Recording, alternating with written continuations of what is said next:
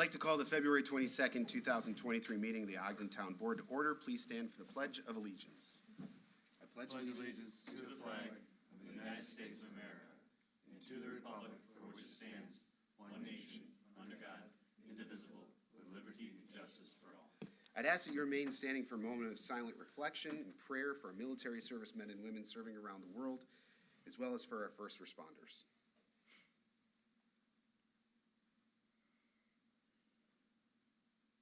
Thank you.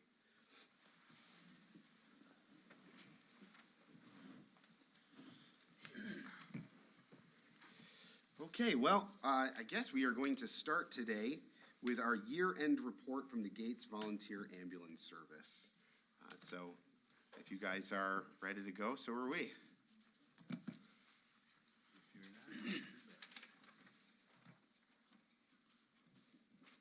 Hi again. Oh, cool. So, start with these numbers here. These are reflection of, I'm not sure if you had a chance to go over them when I sent them to Christian yesterday or not.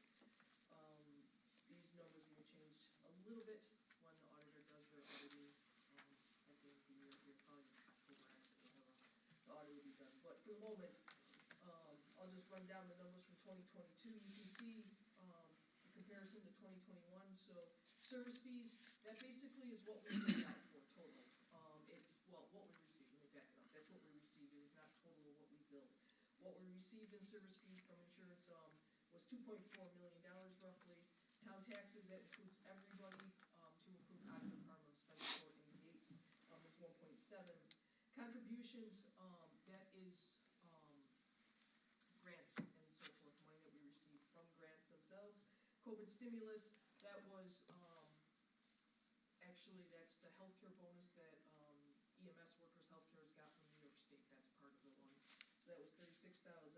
Other income, that $101,000 is insurance payouts that we got for vehicles and damages to buildings and things like that that we got throughout the year for a total revenue of $4.4 million. If we go down through the expenses, salaries and wages is 1.8 or roughly 1.9. Chief, I'm sorry, can I back you up for a quick second? On the revenue side, the service fees, I also see Town of Gates. Included in that service fee, is that also the district fee that you get from the town, the village, and So from the Parma? service fee, that is purely money that we get from billing insurance Okay, companies. all right. The different insurance companies. Below that where it says town taxes, on the one that you gave me, Mr. Zale, it just said Town of Gates, but the one that I got from my billing department says town taxes, that's everybody. Okay, all right. So salaries and wages, pretty flat, 1.8 million, 1.9 million in 2022. In 2021, where is it at here? 1.9 million. So you can look at that, it was pretty flat the way it stayed. No significant increases there. Depreciation, obviously, we know what that is. Employee benefits is our health care. 2022 was $225,000, 209,000 from 2021. So it didn't go up much at all. And that is roughly the increase you would see anyways in your health care benefits. Insurance, that is the premiums that we spend on our insurance. Huge increase. The reason being is that we had a couple of huge payouts. And so unfortunately, the liability, what we were told is because we use Utica National, we had a major ambulance rollover, and then we had another vehicle that was totaled, and we had some significant damage to some buildings. So because of that, for 24 months, our rates increased dramatically. They will come back down though. Interest, that's interest on our mortgage. Payroll taxes, $165,000. Medical supplies, that is the number that, that's for all of our medical supplies. So it's for our 4x4s and our Band-Aids and our medications that we use on patients. It's for gurney straps and paper towels, and not paper towels, but paper towels for the ambulances, things like that. So anything that medical supply that we would use on a call is that number right there, that 90,000. And I will say that if you compare that across from years past, it's pretty much the same. That doesn't even go up. So that's an indication too that my medical supply individual is doing a really good job in trying to find us the best pricing out there for all of our supplies. Vehicle expenses, $136,000 here, up from $100,000 in 2021. And again, that's just vehicles getting old, us not being able to get vehicles in because they're just so far behind being manufactured that we keep having to repair old stuff until we can get new stuff in. But that's what that is, 136,000 in vehicle repairs. Utilities did not go up that much. Oh, I guess they did 110,000 to 77,000. I have no explanation for that except to say I think utilities went up. You know, it's not like we run around and keep all the lights on. I can guarantee you that. So, but buildings and grounds, 82,000 this year, and I'm trying to see where it's 85,000. So that's kind of standard. Pension expenses, 69,000, and then this one is 51,000. To give you an idea of pension expenses, just so everybody knows, that includes volunteer incentives, so it's not just, trust me, I have no pension, okay, I'm gonna throw that out there. What that is a lot of that is, we put aside money every year for the volunteer incentives. It's a service award program that they get, so X amount of dollars every year, and generally speaking, $45,000 to $50,000 goes towards the volunteers every year, so that they have, when, after X amount of years of service, after 5 years they're vested, but after X amount of years, they have this service award that is allowed for them to take. So that every year they designate between $45,000 and $60,000 that goes towards that account for the volunteers themselves. So just so you understand that, and what you would see there would be a little bit, probably of the interest coming back from that account. Miscellaneous, office supplies and things like that would be my guess on that. I'd be able to say off the top of my head, but I'm pretty confident that's what that is. Professional fees would be any of our liability insurances that we have to carry or anything like that. To include lawyer fees. Training, 17,000. So our training department kind of supports itself. So that 17,000 would include all of the training and all of the conferences that people go to, as well as anything outside. So meaning we do a cadaver lab every year, which is costly because, believe it or not, you have to buy the cadaver.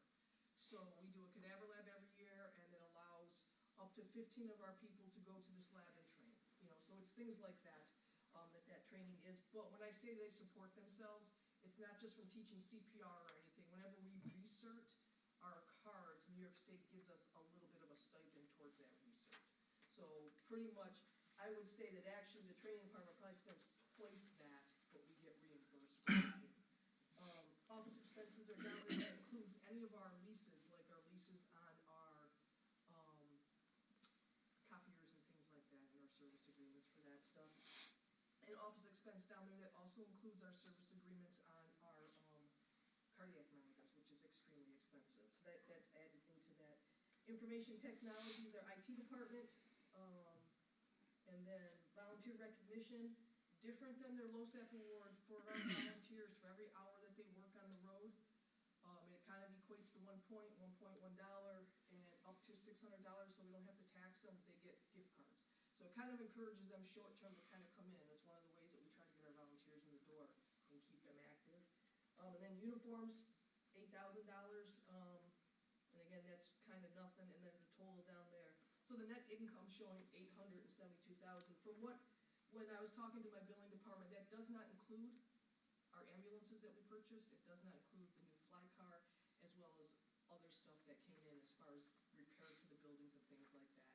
When talking to the treasurer and the biller, they stated it's probably going to be a third of that actually for net income by the time the auditor's done with everything that they have to do. Okay. So, any questions from anybody? It's only end of February, but when do you start working on next year's budget? They will start probably in May, I believe, is when we start doing the organizational meetings. The reason I ask is that we, the board, were asked last year that it was more than a coincidence that every resident in Parma, Spencerport, Ogden, and Gates paid the same rate per thousand on their tax bill for the ambulance service. And the comment from the public was that it should more really be allocated on an assessment ratio basis. If Gates has twice the assessment of Ogden and Parma has a third of the assessment of Ogden, take all of the assessment and use the ratio of that assessment to come up with a rate per thousand for the residents in each of those communities. That was a comment from the public, and it was something I would like to talk to the board about before you get too far into your budget for next year, so that comes September and October, we could have a meaningful discussion about that. Yeah. Okay. Makes sense. The only thing I will say to that is, and I understand where they're coming from, is that our readiness remains the same, regardless of where we are. It's not like because we take less calls in Ogden, Parma, and Spencerport, that we are less ready. It's not like we get to turn off the lights in the bases and go home and not respond. So the level of readiness remains, and I get what you're saying with assessed value, I Yeah, understand. no, you know, every other levy by this board, or the Parma board, or the Village of Spencerport is based on a dollar amount per assessed value. Right, no. And it just seems it ought to be looked at, and to see Absolutely. how the difference I could, think what it was, the individual who brought it up was, also owned property in, Hilton. And at the time when Hilton was doing their ambulance corps and doing the price, the individual said it was strange, it's 46 at Gates, 46 in, Spencerport, 46 in Parma, and now it's 46 in, Village of Hilton for the price, and that's what Oh, really, yeah, I know nothing Yeah. about Hilton. I can't comment on Hilton, but, that's what was brought up to, that was the example that he used, okay. It makes sense. especially. And absolutely, so they'll start doing the organizational stuff like that in May, Mr. yeah, so just keep I'll us, put it in Jim Gray's. keep me in mind in terms of input. Thank you. Yeah, we don't, oh, sorry, go ahead. Are you doing work at Spencerport Base, I Yeah, we understand? will be, we're gonna start looking into, we wanna actually take the base and flip them, so that we can come in through the parking lot actually and stuff, so yes, we're gonna do the whole tarmac out there and everything like that, so yes, that is our goal. Great. We have an association library, meaning that we write them a check and then we don't have necessarily governance on the day-to-day, but we do sit down with them and go line by line with them over their budget. Oh, yeah. So it'd just be nice to be able to do that as well. Absolutely, and- no, and makes just sense, I'm take a not, look. absolutely, 100%, Yeah. no issue. It's not necessarily like a gotcha, it's that when people come and ask us questions, we'd like to be ready to give responses for that. That makes sense. Yeah. 100% makes sense. Do you have anybody else have anything? Can you just break down again the difference between office expense and what miscellaneous was? You said was pretty much office supplies, or at least that's So what you thought office it was? expenses would be, Rent. where we are. So office expenses is going to be the cost of our copiers. So we have a lease agreement on our copiers, which is fairly expensive. It's also the cost of what we pay for, the Life Packs, the service agreement on the Life Packs expense. So those office expenses is kind of what they group into what our service agreements are, I guess is one way to look at it. Okay. And then I'm gonna assume that these percentages are inaccurate with the handwritten. Yeah, I did not redo the percentages, to be quite frank with you. The percentages that are there, it goes the dollar amount, then the percentage. So they don't have a percentage for the, yeah. I read it that way as well the first time. Yeah, I didn't have the actual spreadsheet to manipulate this. Thank you. I like Gates ambulance, I'm good with it. Let it be known. I am here to answer all your questions. Thank you very much. Thank you. Anybody have any more for me? No, be safe out there. Thank you. Yeah, seriously. Thanks, Missy. Be safe out there. Okay, next we will have the approval of the minutes, Resolution 104, So moved. I'll second that. moved by Councilman Hinman, seconded by Councilman Toms. Any discussion? All those in favor signify by saying aye. Aye. Any opposed? Item carries. Next, we have privilege of the floor. Would anybody like to address this board at this time?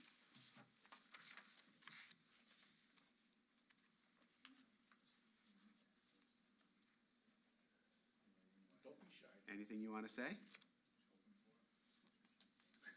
Okay. We'll close the privilege of the floor then. Is there something else? Doesn't seem like it. Wow. Okay, next we will go to reports from town officers. I know that some of my colleagues were in on some of my reports, so I will only give my portion and then obviously make sure that there's room for other things to be added here. So I did attend the Association of Towns Annual Conference and Training. We just got back like a couple hours ago. But primarily we focused on a lot of financing, grant funds. They spent an awful lot of time talking about the state budget. And there were just some really good things that we were able to bring back. Some really good connections too. We asked some big questions about procurement policies and various funds. There was a lot to digest. And so we also we were able to set up calls with various people from the state just to talk about various grant sources and grant funding. So all in all, it was really good. And there was a good number of our colleagues from Monroe County that were there.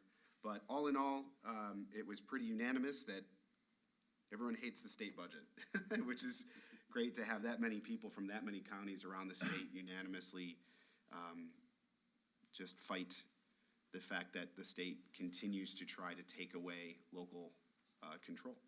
So that's my abridged version of that. Also attended the Adams Basin Neighborhood Watch meeting here at Town Hall while Little Red gets finished up with some of the things that it's doing there. They met here, and that was a great time. I started a new, I mean, I guess I forced my way into this, but I started story time with the supervisor at the library, and that was a blast. I can't say that I've spent a ton of time at the little kids' story time, but Steve that's over there is phenomenal. He asked me to join in leading the song next time, which I very politely declined. He does a really, really good job, so very much appreciate them over there.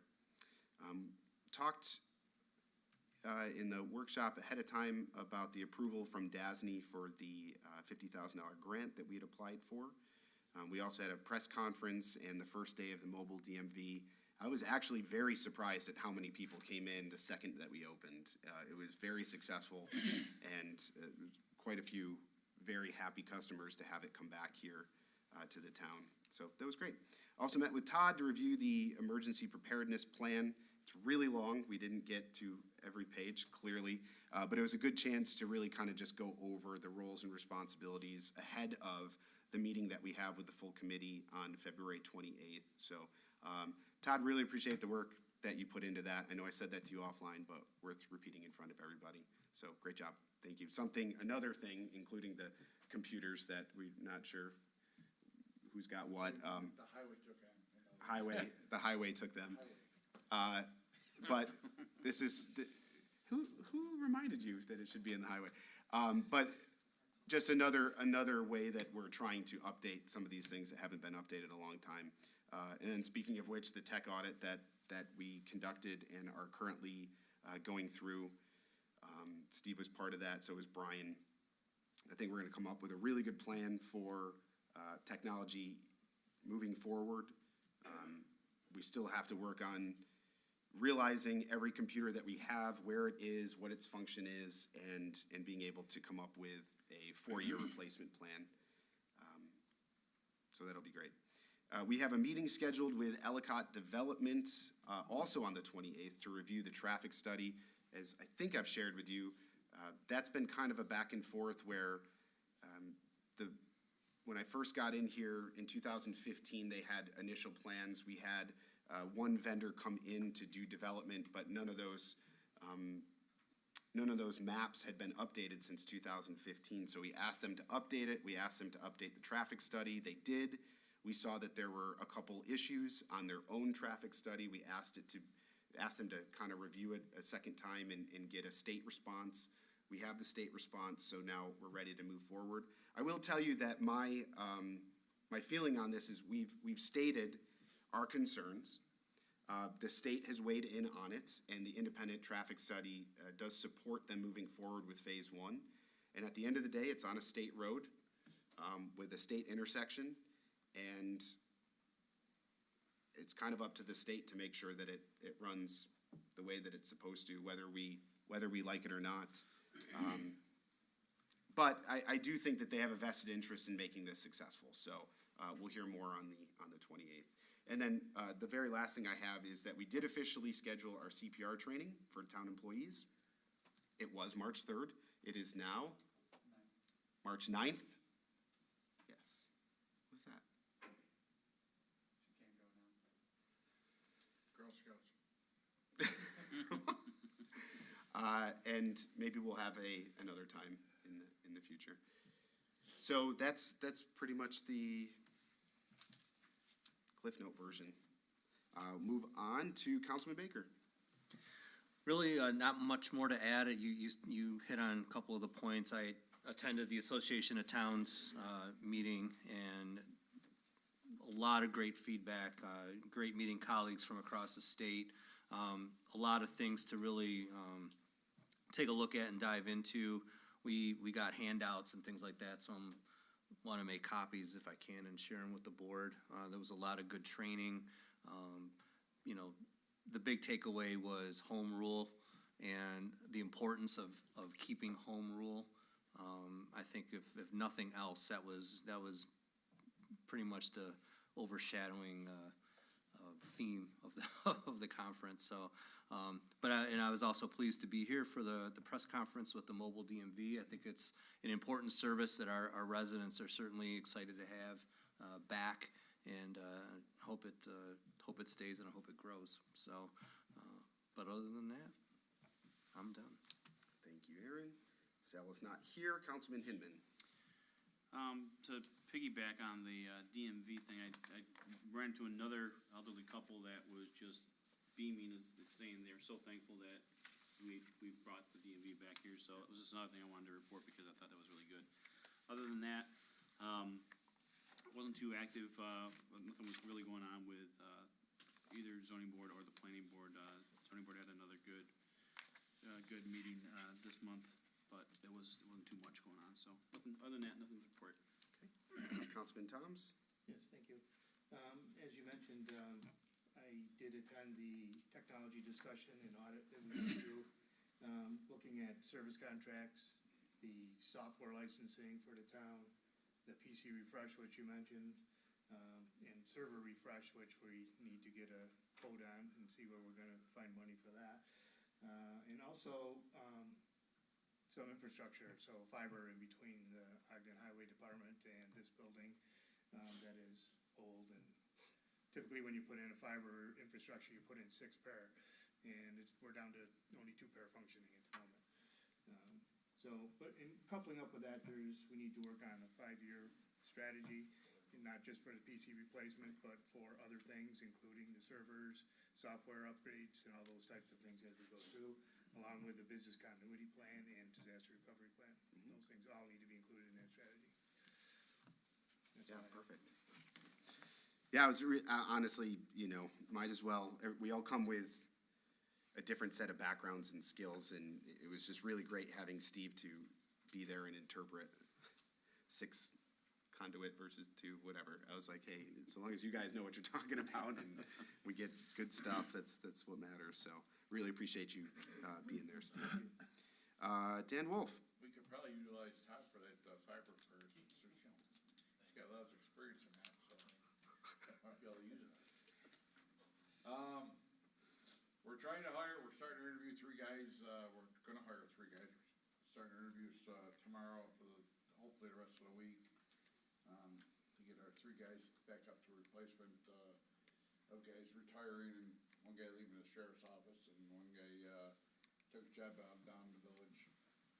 So we're trying to do that. Back in, I think it was November, and when it was September, I sat down with Travis and Mike and everybody, we talked about fuel systems. Well, we're going forward with the fuel system to try to get it next door in the fuel system and take care of all of our trucks and all the police cars and recreation and everything else. I went out to Webster, looked at their fuel system. It's a nice setup. Talked to Pat Stevens from Webster, or I went to Rhinocoit and looked at their fuel system. I talked to Pat Stevens from Webster. He's putting in a fuel system also. So we're trying to work ways of doing that. Other than that, Salt Barn's getting a little low, and they're out working tonight. And Thank you, Dan. Thank you, Dan. One thing I will say about those fuel systems, when we met, they go from very basic to very, elaborate. And so knowing that this is something that Dan had talked about for really the betterment of the entire town, the police department, all of our fleet, we had budgeted 100,000, I believe. 150. 150? We budgeted. I'm sorry. So we budgeted 150,000, but So like, but knowing that that was not going to obviously come close, we had budgeted a certain amount of sales tax revenue for the highway department, and we ended up placing an additional 250,000 into the highway fund, which is how you have to do it because it was for last year. So needless to say that we can make this purchase without there being any increase or anything that would what I'm have to looking to come do is from make that. it so it lasts on the road, 10 years on the road. Exactly. It's not outdated, we got enough, and we're efficient enough to do that, and, that's what we're hoping to do with the system. Dan, what's the school doing now? School, it's funny you bring it up. They have their own one fuel pump, and it went down yesterday, so we couldn't go get, our three town vehicles that needed gas yesterday, we couldn't get it, so we're short, but, they're getting away from their diesel, cause they go to gas buses, but they still have the diesel buses there. Yeah. And, they're going to that, so, the state is getting rid of their system, so, now they might keep it, so I don't know what they're gonna do, but I think that the town's big enough, we're efficient enough that we could, have our own system and not rely on people. And, you go to school right now to get fuel for a truck, and there's 3 buses ahead of you, might as well just come back later. And sometimes their fuel pumps pump very slow, they don't work right, so, and us having our own, I think they're really nice. And again, we've set aside money for it. Sure, So sure. it wouldn't need to be an ARPA expense, wouldn't need to be an additional, Yep. There's a lot of so. things that I learned off in Arundecoit too, was the effect of shared services that they're doing with a couple of the fire departments. That they're doing a maintenance work on, fire department's vehicles that the town of Arundecoit's doing. So it might be something that we look at with, other agencies that we have within the town. They're doing, Arundecoit does the school districts at their highway garage. I was quite surprised, didn't know they were doing all this kind of work there. So, something we'll look at. Noel. So we are wrapping up, we're not wrapping up, we just finished collecting the first installment and payment in full without interest, so now we're working on installments. And passports continue to be really busy, so we're keeping busy with that. That's it. Very good, Mr. Shum. Just since the last meeting, I put together the first 7 of the code changes, and I ran it by the building department and shared them, and we have a couple of public hearings on the hopefully least controversial ones, fences and signs. And we have 5 more lined up right behind it, which we can schedule as the board sees fit. And just there was that agreement that we made with Spenceport Junior Baseball for, I think it's a win-win. We get upgraded facilities, they get to use them. And when they're not using them, they're still gonna be a asset to the park. That's it. Okay, very good. There being no other unfinished business, we will move into new business. Madam Clerk. Resolution 105, authorize the renewal of the snow and ice agreement between the town of Ogden and the county of Monroe for the maintenance of county roadways in the town during the 2022-2023 winter season. So moved. Second that? Moved by Councilman Baker, seconded by Councilman Toms. Any discussion? All those in favor signify by saying aye. Aye. Any opposed? Item carries. Next, please. Resolution 106, authorizing Ogden Town Supervisor Mike Zale to sign the amended municipal snow and ice agreement between New York State Department of Transportation and the town of Ogden. So moved. I'll second that. Moved by Councilman Baker, seconded by Councilman Toms. Any discussion? All those in favor signify by saying aye. Aye. Any opposed? Item carries. Next, please. Resolution 107, authorizing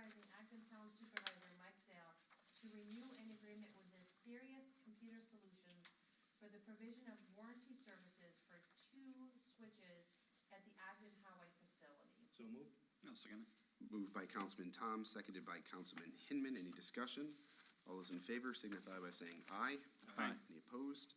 Item carries. Next, please. Authorizing the Town of Ogden Highway Department to dispose of items no longer needed for public purpose.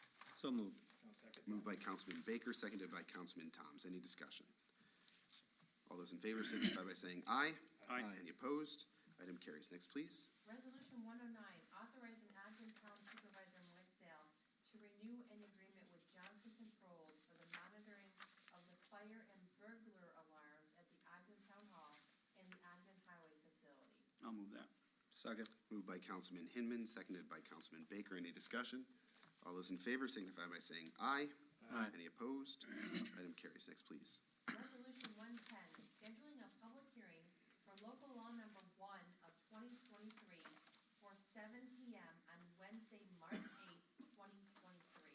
So moved. Second. Moved by Councilman Baker, seconded by Councilman Toms. Any discussion? All those in favor signify by saying aye. Aye. Any opposed? Item carries. Next, please. Resolution 111, scheduling a public hearing for local law number 2 of 2023 for 7:05 PM on Wednesday, March 8th, 2023. So moved. Second. Moved by Councilman Hinman, seconded by Councilman Baker. Any discussion? All those in favor signify by saying aye. Aye. Any opposed? Item carries. Next, please. Resolution 112, authorizing Ogden Town Supervisor Mike Sale to execute an agreement between the Town of Ogden and Spencer Junior Baseball and Softball for the installation of backstops and baseline fencing on baseball fields number 2 and number 3 at Pineway Pond Park. So moved. Second. Moved by Councilman Tom, seconded by Councilman Baker. Any discussion on this? All those in favor signify by saying aye. Aye. Aye. Any opposed? Item carries. Any other thing to come before the board today? All right, I'll entertain a motion to adjourn. Motion. Moved by Councilman Hinman, I'll second it. seconded by Councilman Toms. All those in favor? Aye. We are adjourned. Thank you all very much.